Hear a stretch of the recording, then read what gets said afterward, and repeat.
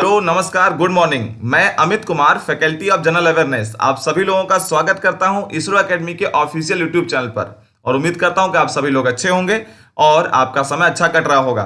तो दोस्तों, बज चुके हैं सुबह के 7:30 और मैं लेकर आ चुका हूं आज का करंट अफेयर्स। तो आज का डेट है 16 जुलाई। तो चलिए करते हैं दिन की शुरुआत करंट अफेयर्स के साथ। तो गाइस, आज का डेट है 16 जुलाई और हम लोग बात करेंगे 16 जुलाई के करंट अफेयर्स के बारे में। ठीक है, चलिए देखते हैं पहला क्वेश्चन क्या है आपके बीच में। पहला क्वेश्चन है, सीएपीएफ के वृक्षारोपण अभियान की शुरुआत किसने किया? आपके ऑप्शंस हैं Yogi Adityanath, Nitin Gadkari, Narendra Modi, Amit Shah, none of these. तो इसका जो सही आंसर है वो कौन सा है? Option number D, Amit Shah हमारे भारत के गृह मंत्री इस समय है और अमित शाह ने इस कैंपेनिंग की शुरुआत की थी। ठीक है, चलिए बढ़ते हैं अगले सवाल की तरफ। अगला क्वेश्चन है, अभी हाल ही में अपना 39th स्थापना दिवस फाउंडेशन डे किसने सेलिब्रेट किया? तो 39वां स्थापना दिवस अभी हाल ही में किसने मनाया है? अब देखिए जरा, आपके ऑप्शंस को उठाते हैं जरा। एक ऑप्शन है सेबी, एक है नाबार्ड, एक है जीआईसी यानी जनरल इंश्योरेंस कंपनी और एक है HDFC housing development finance corporation. ठीक है, तो आप देखिए आपके कुल मिला के जो 4 ऑप्शन है, पांचवा तो नन ऑफ दीज का ही ऑप्शन है आपका। तो ये जो 4 ऑप्शंस दे रखे हैं, इन 4 ऑप्शंस में देखा जाए तो नाबार्ड का जो स्थापना है वो हुआ है 12 जुलाई 1982 को, 12 ऑफ जुलाई 1982 को, है ना। और अभी जुलाई का महीना भी चल रहा है, इस वजह से इसका जो राइट आंसर इस हिसाब से बनेगा वो कौन सा बनेगा? Option number B, NABARD. NABARD ने अभी हाल ही में अपना 39वां स्थापना दिवस मनाया है। अभी नाबार्ड के बारे में थोड़ा डिस्कशन तो करना पड़ेगा, तो करेंगे डिस्कशन नाबार्ड के बारे में, लेकिन उससे पहले एक छोटा सा पॉइंट और इसी पर डिस्कस कर लेते हैं। ये जो 39th स्थापना दिवस यानी कि फाउंडेशन डे मनाया है नाबार्ड ने, इस स्थापना दिवस पर उन्होंने पहली बार एक चौपाल यानी कि डिजिटल चौपाल का भी आयोजन किया। तो इस पर एक सवाल अगर बन सकता है कि हाल ही में डिजिटल चौपाल किसने आयोजित किया, तो उसका भी जवाब क्या हो जाएगा? नाबार्ड। ठीक है, अब बात करते हैं एक और पॉइंट पर। इस डिजिटल चौपाल में उन्होंने कहा क्या? उन्होंने अमाउंट, एक अलॉटमेंट किया अमाउंट का, और वो कितना अमाउंट था आपका?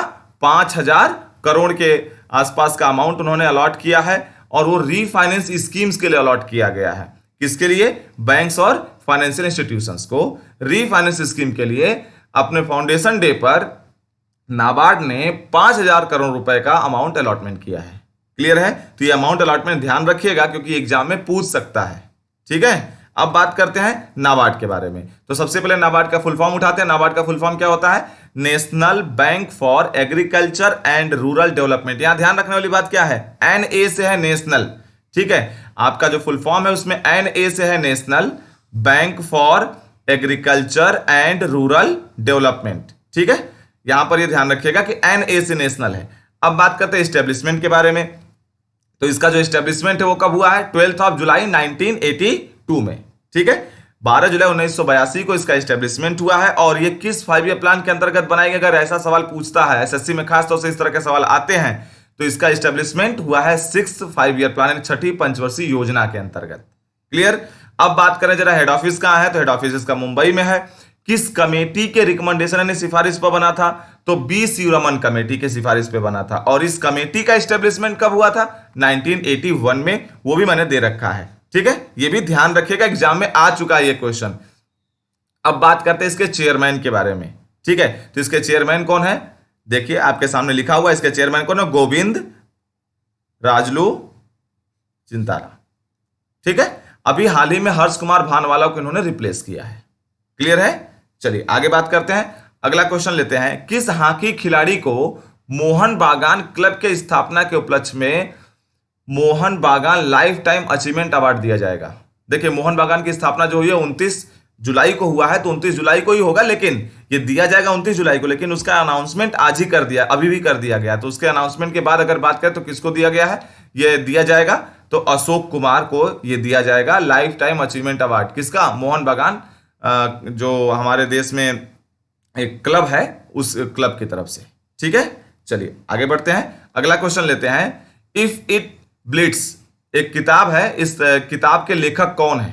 तो इस किताब के लेखक कौन है? Stephen King. आप देख रहे होंगे यहाँ पर किताब और उसके ऑथर दोनों का मैंने फोटो दे रखा है। तो इन्होंने ही इस किताब को लिखा और इस किताब को आप देखिए, ये है किताब। अगर पूछता है कि भारत में इसको पब्लिश कौन कर रहा है, ठीक है, अगर मान लीजिए क्वेश्चन बन जाए कि इसको पब्लिश किसने किया, हालांकि बनना नहीं चाहिए, लेकिन हाँ हर तरह के क्वेश्चंस हम लोग कवर कर रहे हैं। और हाँ, आज के सेशन का सबसे खास बात यह है गाइस कि आप लोग लाइव चैट कर सकते हैं मेरे साथ इस सेशन को देखते देखते भी, क्योंकि ये आपके बीच में प्रीमियर के रूप में उपलब्ध है वीडियो। ठीक है, तो आप लाइव चैट भी कर सकते हैं। आपके लाइव चैट का ऑप्शन आपको दिख रहा होगा आपके मोबाइल पर, तो आप वहां से कर सकते हैं। ठीक है, खैर अब बढ़ते हैं अगले क्वेश्चन पर। अगला क्वेश्चन है कि विश्व युवा कौशल दिवस कब मनाया जाता है। तो देखिए, विश्व युवा कौशल दिवस कब मनाया जाता है? हर साल 15 जुलाई को मनाया जाता है।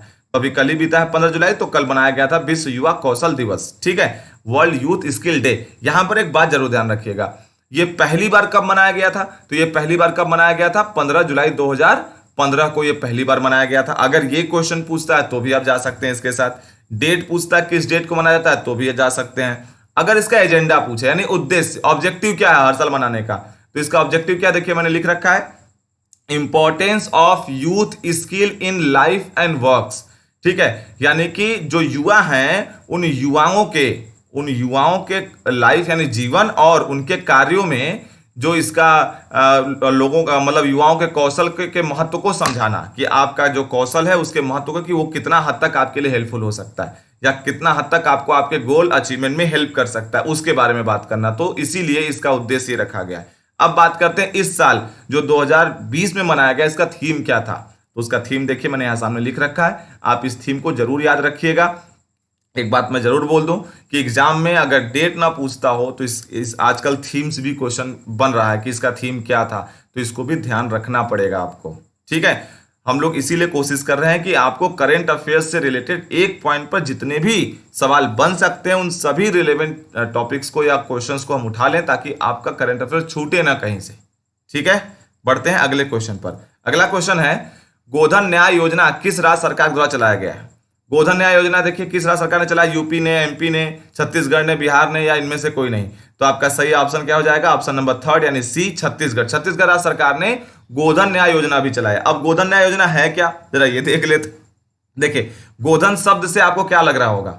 गोधन का मतलब गोबर से है, और यहां पर यह योजना छत्तीसगढ़ राज्य सरकार ने चलाया है। और इस योजना के अंतर्गत छत्तीसगढ़ राज्य सरकार किसानों से 2 रुपया प्रति किलो की दर से गोबर खरीदेगी। ठीक है, अब इसका यूज क्या होगा? इसका यूज होगा जैविक खेती में। आप जानते हैं फर्टिलाइजर्स के लिए काफी हद तक जो है गोबर का यूज किया जाता है, तो जैविक खेती के लिए इसका यूज किया जाएगा। दूसरा सबसे बड़ा मामला जो है कि इससे बढ़ावा क्या मिलेगा? तो इससे गौ पालन को, गौ रक्षा को बढ़ावा मिलेगा। जो लोग खुले में पशुओं को छोड़ देते हैं उस पर रोकथाम लगेगी, है ना। और जो एनिमल हस्बेंड्री करने वाले लोग हैं, जो पशुपालक हैं, उन पशुपालकों को आर्थिक लाभ मिलेगा। तो एक तरह से गवर्नमेंट तरफ से बनाया गया एक बहुत बेहतरीन प्लान है जो वहां की सरकार वहां के लोगों के लिए कर रही है। ठीक है, अब देखिए कल के जो आपका करंट अफेयर का जो वीडियो था मेरा, उसमें मैंने छत्तीसगढ़ के बारे में डिस्कशन ऑलरेडी किया था, उसके नेशनल पार्क्स वगैरह के बारे में। तो आप वहां से जाकर वो तो देख ही सकते हैं। लेकिन साथ ही साथ एक चीज और ध्यान रखिएगा, जब चूंकि मैंने कल वो चीजें डिस्कस कर ली है, तो अब आज के वीडियो में वो चीज शामिल करना मुझे सही नहीं लगा, तो मैंने कुछ अलग शामिल किया। तो छत्तीसगढ़ में देखा जाए तो टोटल लोकसभा सीट कितनी है? 11। राज्यसभा सीट कितनी है? 5। और विधानसभा सीट कितनी है? 91। ठीक है, चलिए आगे बढ़ते हैं। अगला क्वेश्चन है, MHRD ने अनीता भटनागर को कितने वर्ष के लिए नेशनल बुक ट्रस्ट के बोर्ड ऑफ ट्रस्टी में नामित किया है? एक चीज ध्यान रखिएगा, नॉमिनेट करने की बात तो अलग है। पहले MHRD का मतलब क्या है? Ministry of human resource development.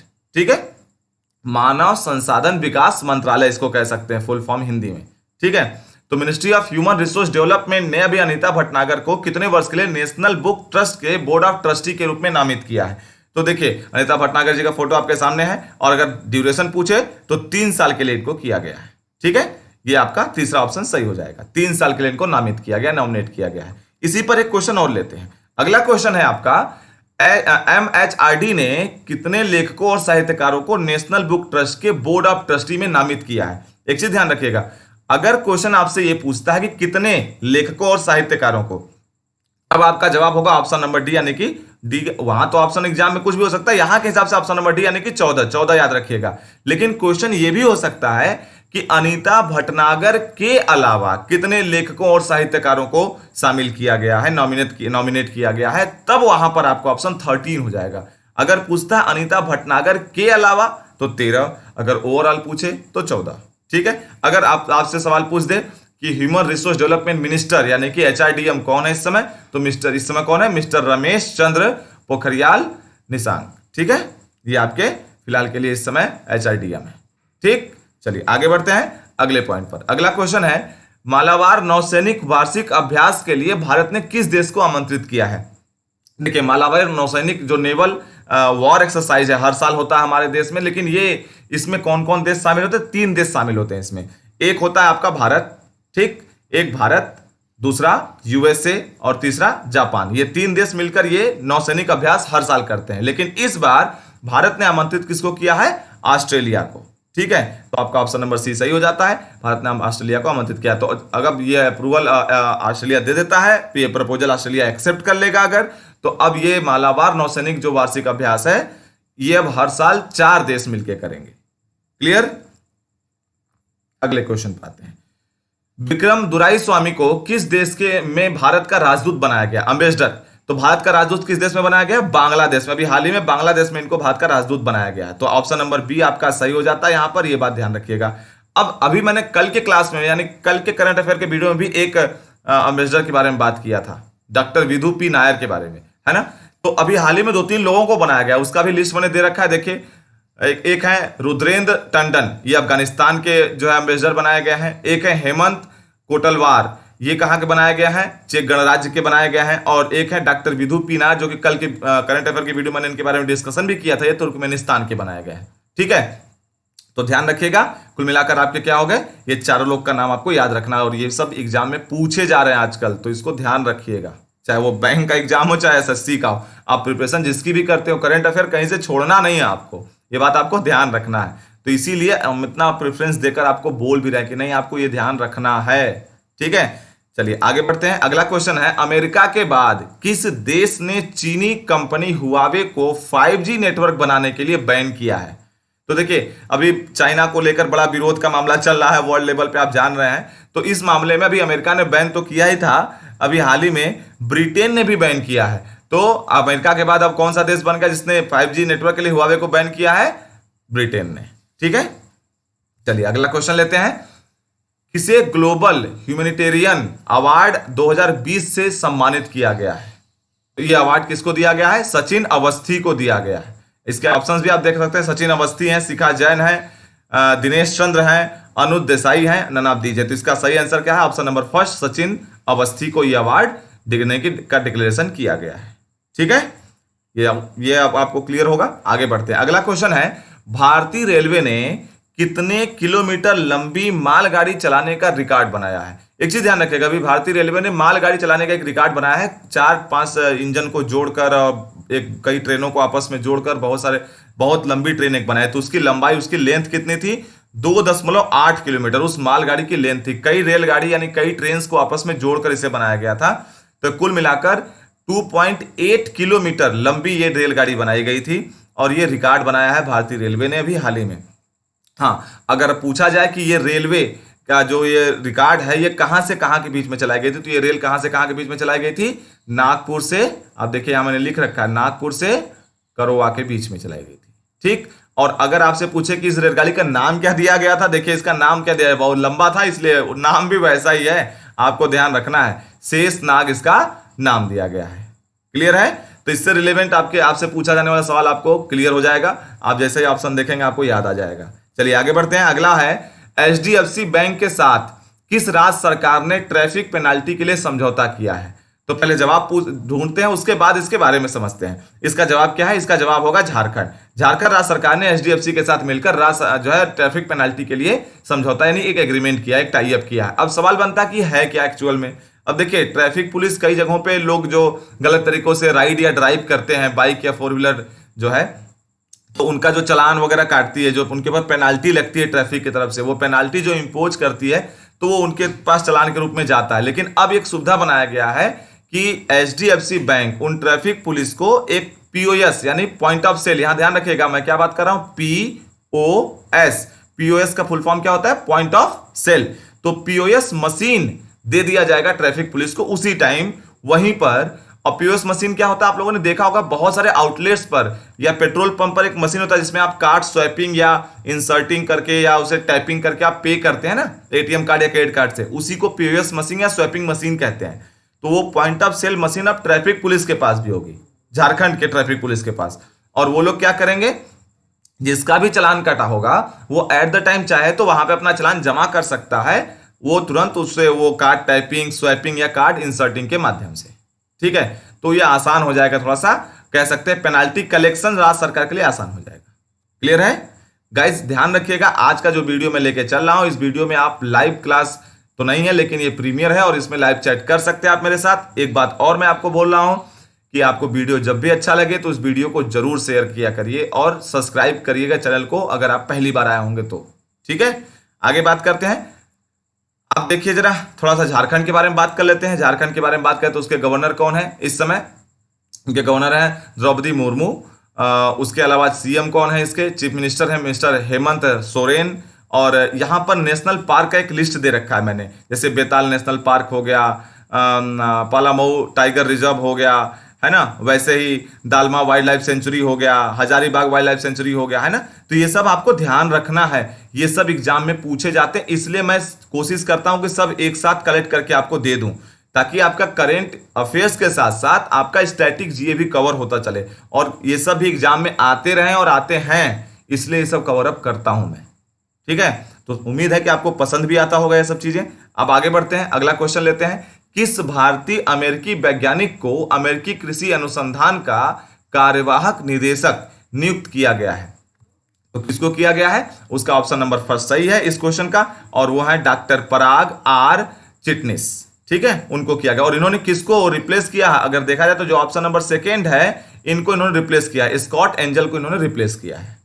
ठीक है, चलिए आगे बढ़ते हैं। अगला क्वेश्चन है, अब देखिए जो मैंने आपको क्वेश्चन अभी बताए हैं, जितने भी क्वेश्चन बताए हैं, आज से हम लोग एक काम और शुरू कर रहे हैं कि इन सभी क्वेश्चन को एक बार में फिर से ससरी तौर पे देख लेते हैं कि क्या क्या मैंने चीजें आपको बताई हैं। तो सबसे पहला क्वेश्चन मैंने क्या लिया था? सीएपीएफ के वृक्षारोपण अभियान की शुरुआत किसने किया था? अमित शाह ने। हाल ही में अपना 39वां स्थापना दिवस किसने मनाया? नाबार्ड ने। हाल ही में डिजिटल चौपाल किसने आयोजित किया? नाबार्ड ने। किस हॉकी खिलाड़ी को मोहन बागान क्लब की स्थापना के उपलक्ष्य पे मोहन बागान लाइफ टाइम अचीवमेंट अवार्ड दिया जाएगा? तो अशोक कुमार, है ना। इफ इट ब्लीड्स का के पुस्तक को किसने लिखा है? तो स्टीफन किंग ने लिखा है। देखिए सारे क्वेश्चन जो मैंने आपसे आज डिस्कस किए हैं, उन सभी क्वेश्चन को मैंने एक नजर में आपको दे दिया है। अगला क्वेश्चन देखिए, मैंने आपसे डिस्कस क्या किया था? विश्व युवा कौशल दिवस, वर्ल्ड यूथ स्किल डे कब मनाया जाता है? तो 15 जुलाई को मनाया जाता है। गोधन न्याय योजना कहां, किस राज्य सरकार से संबंधित है? तो छत्तीसगढ़ से, है ना। अगला क्वेश्चन आपके सामने मैंने लिखा रखा था, एमएचआरडी ने अनीता भटनागर कितने वर्ष के लिए नेशनल बुक ट्रस्ट के बोर्ड ऑफ ट्रस्टी के रूप में नामित किया? तो 3 साल के लिए। आपको एक बात और बता दूं, जो अनीता भटनागर जी हैं, ये अनीता भटनागर जी 50 से अधिक किताबें लिख चुकी हैं, यानी कि इनका प्रकाशन आ चुका है, तो पहुंची हुई हस्ती है भाई, ये चीज ध्यान रखिएगा। एमएचआरडी ने कितने लेखकों और साहित्यकारों को? तो मैंने कहा था 14, यहां भी मैंने आपको बताया था। और एक बात और मैंने कहा था कि अगर अनीता भटनागर को लेकर पूछे तो 14, अगर इनको छोड़कर पूछे तो 13। ठीक है, अगर ये पूछे कि अनीता भटनागर के अलावा और कितनों को जोड़ा है तो 13, और ऐसे ही पूछ ले तो 14। मालाबार नौसैनिक अभ्यास में किसको इनवाइट किया भारत ने? ऑस्ट्रेलिया को। देखिए वो भी मैंने आपको अभी थोड़ी देर पहले बताया था। विक्रम दुराई स्वामी को किस देश का बनाया गया है राजदूत यानी एम्बेसडर? तो बांग्लादेश का। ठीक, अगला क्वेश्चन मैंने लिया था कि अमेरिका के बाद चीनी कंपनी के हुआवे को 5G नेटवर्क के लिए किसने बैन किया है? तो ब्रिटेन ने किया है। ठीक, अगला क्वेश्चन देखिए मैंने लिया है, अगला क्वेश्चन है किसे ग्लोबल ह्यूमैनिटेरियन अवार्ड 2020 से सम्मानित किया गया? तो सचिन अवस्थी को। भारतीय रेलवे ने कितने लंबी मालगाड़ी चलाने का रिकॉर्ड बनाया? 2.8 किलोमीटर। एचडीएफसी के साथ मिलकर किस राज्य सरकार ने ट्रैफिक पेनल्टी के लिए समझौता किया? तो झारखंड ने। और किस भारतीय अमेरिकी वैज्ञानिक को अमेरिकी कृषि अनुसंधान का कार्यवाहक निदेशक नियुक्त किया गया है? तो पराग आर चिटनिस को। ठीक, ये सब आपके आज के करंट अफेयर्स के क्वेश्चंस थे जो मैंने आपसे डिस्कस किए हैं 1 by 1, और साथ साथ मैंने आपको एक ही लाइन में 1 लाइनर भी बता दिया ताकि आपको रिवाइज करना आसान हो जाए। अब एक और चीज आज के क्लास में आपको नया मिलेगा, क्या? वो है क्वेश्चन ऑफ द डे का। आज से पहले के जो मेरे करंट अफेयर का वीडियो था उसमें मैंने ये क्वेश्चन डिस्कस कर रखा था, और ये है आज का आपका सवाल, और इस सवाल का जवाब आप कमेंट बॉक्स में करके जरूर बताइएगा कि इसका जवाब क्या होगा। ठीक है, देखते हैं कितने लोग इसका सही जवाब देते हैं। तो गाइज ये था आज का हमारा करंट अफेयर का सेशन। उम्मीद करते हैं कि आपको ये सेशन पसंद आया होगा, आपके लिए काफी यूजफुल भी रहा होगा और आने वाले एग्जाम में आपको काफी हद तक हेल्प भी करेगा। एक बात जरूर मैं कहना चाहूंगा आपसे कि अगर आपको हमसे कोई शिकायत है तो कृपया हमसे जरूर कहें, लेकिन अगर हमसे शिकायत नहीं लेकिन हमसे संतुष्ट हैं आप तो दूसरों से कहें। आपका एक छोटा सा मोटिवेशन, एक छोटा सा सहयोग हमारे लिए बहुत जरूरी है। तो ऐसे ही अपना प्यार बनाए रखिए, अपने सहयोग को ऐसे ही जारी रखिए। हम लोग ऐसे ही आप लोग के लिए यूजफुल वीडियोस और भी लाते रहेंगे। तब तक के लिए धन्यवाद। जय हिंद।